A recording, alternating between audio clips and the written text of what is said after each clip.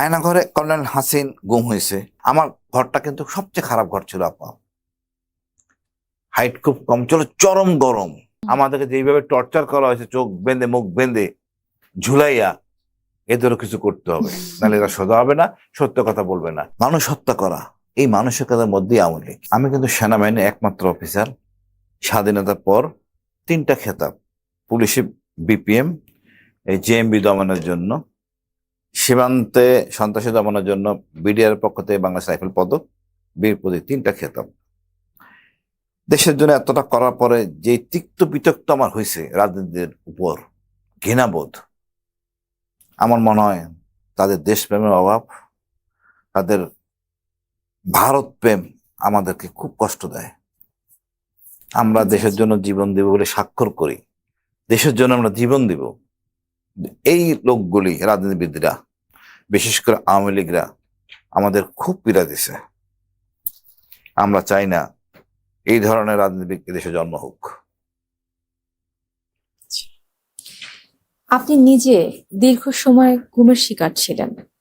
এই যে মুক্ত হওয়ার পর স্বাভাবিক জীবনে ফিরে আসলেন, এরপরে আপনার এই লড়াইটা আসলে কেমন ছিল? বা অনেকেই প্রশ্ন করে, বলে যে আয়নাঘর বলতে আসলে কিছু নেই। এ ব্যাপারে আপনার মন্তব্যটা শুনতে চাচ্ছিলাম। আমি স্বাভাবিক জীবনে ফিরে আসার পর আপা, আমি কিন্তু স্বাভাবিক ছিলাম না। আমি শুধু একটা উদাহরণ দিই। আমি কাপ্তায় গিয়েছিলাম একটা কাজে, ব্যক্তিগত কাজে। ওইখানে আমাকে নিরাপত্তা বাহিনীরা ঘিরে রাখছিল যে আমি কোথায় যাই মনিটর করার জন্য। চট্টগ্রামে আসি, এক বন্ধুর গাড়িতে কারে ওইটাকে ফলো করে।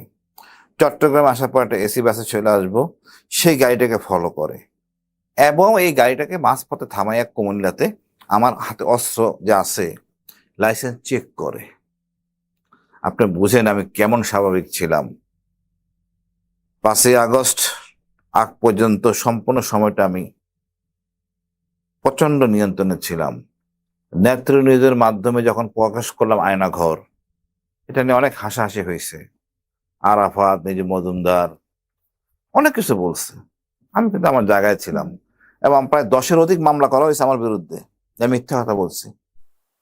মহান আল্লাহ শুক্রিয়া, আবু সাইদের জন্য হাসিনা গেছে, আয়নাঘরটা আমরা দেখাইতে পারছি এবং এই গুম কমিশনকে সর্বাত্মক সহযোগিতা করছি কোথায় আয়নাঘরটা কিরকম। এবং এটা ফাইনালি ডক্টর ইউনূস গেছেন, দেখছেন, সবাই দেখছে। তো মিথ্যা ছাড়া কোনো অবকাশ নাই। আপনি ভাবেন, ইউএন এর প্রতিনিধি আসলেন, কমিশনার। আমি যেহেতু 2বার গুম, তখন করা হলো, উনি বলা হলো, হাসিন সাহেব স্বরাষ্ট্রমন্ত্রী বলছেন আমি স্বেচ্ছায় গুম ছিলাম, অনেকে বলছেন পাকিস্তানে ছিলাম। এরা ছিল আমাদের স্বরাষ্ট্রমন্ত্রী। হরে একটা ডিজিফাইয়ের মতো একটা সেন্সিটিভ জায়গায় এই আয়নাঘরটা আমি প্রকাশ করার পরও তারা পরিবর্তন করে নাই। আমাকে এই ক্ষেত্রে ইউএস এমবেসি যথেষ্ট সহযোগিতা করছে। নূর খান ভাই, মানবাধিকার কমিশন, আমাদের যে আদিল ভাই, এনারা আমার অনেক সাপোর্ট দিয়েছেন। নাহলে এই বড় শক্তির সাথে সাপোর্ট যুদ্ধ করা 5ই আগস্ট পর্যন্ত প্রায় 2 বছর অনেক কষ্ট ছিল। হুমা খান, যিনি আপনার ছিলেন ইউএন এর পক্ষ থেকে, আমি মনে করি সত্যের জয় হয় আপা। মানুষের কণ্ঠস্বর বন্ধ করে আপনি বেশি দিন থাকতে পারবেন না। শেখ হাসিনা যেই ফর্মে ছিলেন, বাবার পরিচিতি, উনি সৎ থাকতেন, ন্যায় থাকতেন, সারা জীবন উনি ক্ষমতা চালাতে পারতেন। এবার ওনার ডিএনএ এর মধ্যে হলো সমস্যা, হিংসা, মানুষ হত্যা করা। এই মানসিকতার মধ্যেই আওয়ামী লীগ। হেন কাজ নাই আওয়ামী লীগ করে নাই, অনৈতিক কাজ। স্বাধীনতার পরের থেকে, স্বাধীনতা আগে বলছে মিথ্যা কথা, স্বাধীনতার পরে আসল চেহারা প্রকাশ পেয়েছে। আমরা এখন তুলনা করলে দেখবো আওয়ামী লীগ একটা গালি, এটা কোনো দল না। আপনি বলেছেন যে আসলে আয়নাঘর শুধুমাত্র একটা নির্যাতন কেন্দ্র নয়, এটি রাষ্ট্রকে ভয় তৈরি করার একটা ব্যবস্থা। আপনার কি মনে হয় যে এই প্রথাটা পুরোপুরিভাবে ভেঙে গেছে? আচ্ছা, আপনি বুঝেন, আয়নাঘরে কর্নেল হাসিন গুম হয়েছে, ব্রিগেডে আদমি গুম হয়েছে, বিষয়টা এরকম না।